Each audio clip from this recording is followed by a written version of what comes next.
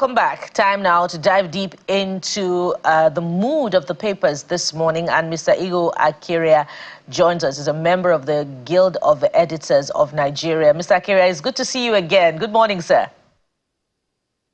Yeah, good morning, Bukola, and a pleasant morning to Jeffrey. You guys gave Nigerians a dose, a potpourri of what is to come today. In fact, Nigeria is an interesting country. A lot of things happen every day, and the papers are not disappointing. You can say that again. Speaking of which, we'll begin with the Vanguard newspaper this morning. Trump, why we reject U.S. threat on Nigeria.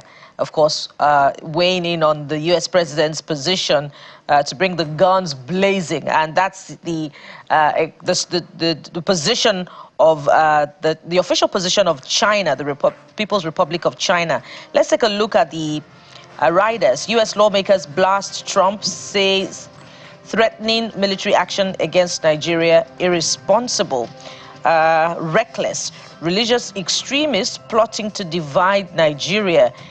FG raises alarm, insists no genocide against Christians. Senate to discuss Trump's comments with executive arm. And of course, there's also genocide claim divisive, dangerous for region's cohesion. That's ascribed to the continental body ECOWAS. Mr. Akiria, you have your work cut out for you this morning. So many reactions that you will be reacting to. You can begin to pick them one by one. Well, it's interesting. These are interesting times for the country, really. If you look at what is playing out between Nigeria and the United States. As you rightly mentioned in the studio, this morning, Trump is very unpredictable. He's a dealer. He has not hidden his interest in dealing with nations on the basis of what U.S. can get from such relationships. But see, let us look at the fundamentals. What is really driving the problem that we're having with the U.S. now? Are we respecting our own laws? Let us not forget about the killings first and foremost. It is not in that. Nigerians have agreed, almost everybody have agreed that there have been killings, whether they are Muslims or Christians. But we also know that those who are dying more, those who are being killed more are Christians, and those who are doing the killings are professing to be Muslims. So these are basic understanding of the issues. But the reason why I said that at the bottom of the crisis we appear to be having is even the disregard for our constitution by some states. In 2010 or thereabout, some states, 12 states in the north adopted Sharia as a form of state religion. And Section 10 of the Nigerian Constitution is very, very clear, it's absolute, that the federal government and the states cannot adopt any religion as a state religion. So I am locating the crisis we are having with regards to these killings to even the non-adherence to the ground norm, which is the Constitution. Zamfara State started it all, and before you knew it, it became a bandwagon. Many states in the north then adopted Sharia. So once you adopt Sharia, it becomes a public law. But the Constitution provides Sharia as a private law, where adherents of the Islamic faith, can, with regards to marriage, properties, and all that, the Constitution clarifies that to that extent, Sharia applies. But when it comes to the criminal application of Sharia law, like amputation, killing, stoning, beheading, blasphemy, and all of that, it becomes an affront on the Nigerian Constitution. But as we speak, many years after the adoption of Sharia by those 12 northern states, nothing has happened.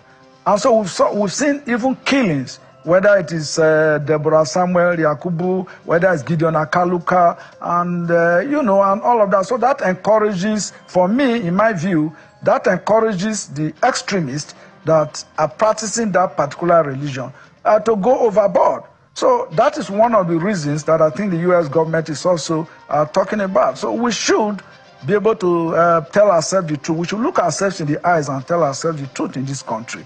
It's not trying to paper over the cracks. And yes, everybody has patriotic instinct running.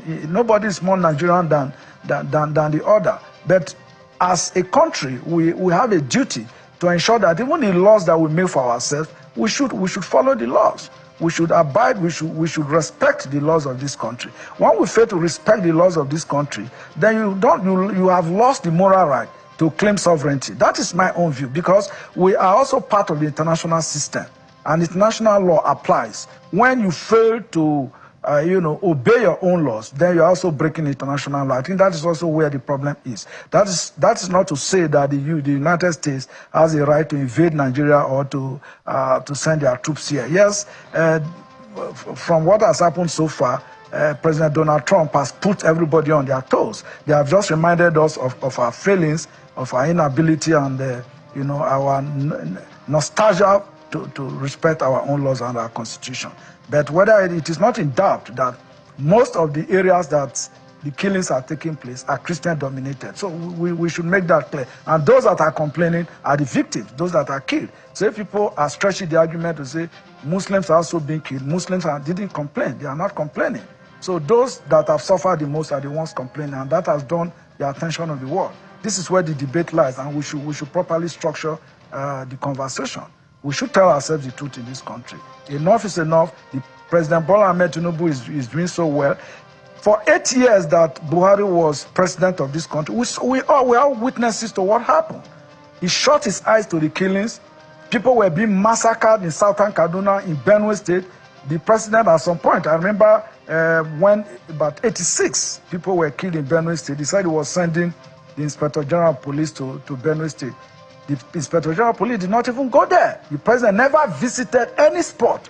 If I'm making a mistake, I beg to be corrected this morning. For 8 years, President Buhari never visited any area, any state, any region, any community where these killings were taking place. What does that suggest to anyone who is watching the developments in Nigeria? But the president we have now, President Bola Ahmed Tinubu, appears, to be taking the issues headlong. He's just changed the service chiefs to reinvigorate the operational capacity of the armed forces. We wait to see how all that plays out. But the fact on the ground today is that, indeed, there were massacres in Nigeria. Not even killings, massacres. People were killed in hundreds, in their large numbers. And that is the fact on the ground. Yeah, I think, Mr. Kayode, well said. But I think former President Buhari, I think he did one visit or so. I think that was in 2018 also, but it took a lot of screaming and shouting, just like the one that happened with President Bola Tinubu, a lot of screaming and shouting, because I don't know whether it's a personal phobia for these presidents. I don't know what it is with them in terms of positional leadership and empathy, showing their presence at ground zero. Literally, there was a scream, because I know for a fact that since the incidents that have been happening in killings from Plateau to Benue and all of that, the President Bola Tinubu didn't visit until all of that screamed, you must visit, at least show empathy, and then he finally visited, but he was releasing statement. So I just needed to put that out there. But let's also stay with the Abuja Inquirer. U.S. designation on Nigeria fuels anger, blame game. The reason is still around the same issue, but I want you to speak to the multiplicity of narrative and even conspiracy in between all of the lines. Well, as I said earlier, the U.S., Donald Trump has a policy when he was campaigning, and I think he's pursuing that policy straight on. America first. It's MAGA. You know what MAGA stands for. So his policy is America first. And what he meant by America first is whatever dealings the U.S. is going to have with any country, it has to do with what the U.S. Can scavenge out of that relationship. So we have seen how he has imposed tariffs, trade tariffs on many countries in the world. Almost every country that does business with the U.S., has had very high tariffs imposed. Then you have to scamper to meet Donald Trump in the White House to negotiate what you can pay and what you cannot pay, and then the terms are just there. So to that extent, the U.S. has its interest protected everywhere and every time. And you cannot blame him for that. In international relations and international diplomacy, countries deal with other countries on the basis of their own national interests. So as a country, if Nigeria, for example, when Liberia and Sierra Leone, where we helped to stabilize those countries, lost our soldiers, chased the rebels away from those countries, and Nigerian troops were there for a long time until peace returned to Liberia and Sierra Leone. But what did we get out of that? I can't remember anything that we don't have Nigerian companies doing business in Sierra Leone or Liberia. But the U.S. will not do that. The Firestone was one of the biggest American companies in Liberia when the war broke out, when Charles Taylor, started this rebel movement from Banga in northern Liberia. The U.S. never intervened, even though they had the biggest rubber processing company, Firestone, in Liberia. They never intervened. They waited for Nigeria to do the dirty job. Then they moved in to get the benefits. So we should also properly align our domestic and foreign policies properly, such that it should benefit us. For me, I'm not blaming the U.S. this morning. If the conversation that maybe the reason is because Nigeria has lithium, we have oil and gas, we have natural resources, they are coming for it. Yeah, if you sleep over your rights, people will take away your rights. But I do not see Nigeria is a big country. When people waste their time debating these issues, sometimes I scoff, because I do not see how the U.S. we come into Nigeria by force to try and take away our natural resources. I do not think so. But for the Chinese, they have engaged the Nigerian government diplomatically, and we have welcomed them. So they are everywhere in the country, whether in the construction of roads, construction of our airports, and also, of course, mineral resources. They are having a field day with our mineral resources. Who is to blame? That is what we want. Because we don't even have the local capacity, the internal capacity to also mine these resources, process them, and export them. In fact, oil and gas in 1964, the first oil well was discovered in Oloibiri in Bayelsa State. Between then and now, we have not been able to, if not for Dangote, we have not been able to actually, set up our refineries, drive them to profitability, seamlessly produce fuel for local consumption, until just recently that Dangote came on. So this is also part of the challenge that we have. Well, Mr. Keria, I had spoken to this particular concern earlier on, when I was asking Jeffrey if we should be asking questions, interrogating the expression of solidarity by the Chinese and the European Union for Nigeria beyond what we're seeing on the surface. And you have spoken right to it. So it seems as if the expression of support is more selfish than selfless. Apparently. Yes. Yeah, apparently. So the elected leaders should be reflecting on this, beyond the open declaration of support. But let's go to Daily Independent this time around, which takes a brief departure from the main issue on the front burner. Again, Tinubu asks Senate to okay fresh 1.15 trillion naira loan. There are a host of riders there. Let me take a few. Nominates Enugu Attorney General Ude as minister. That should be bringing the size of the cabinet to somewhere around 49 or 50. Appoints John Nwabweze, tax ombudsman. Senate leadership divided over Trump's threat to Nigeria. And just thinking about this yesterday, it calls to mind the Senate's approval of the $2.3 billion external borrowing plan for the executive just last week. This shores up Nigeria's debt yet again. Yesterday, we saw at the National Assembly indigenous contractors protesting that they had not been paid. What exactly is happening to national expenditure, Mr. Keria, in your own views?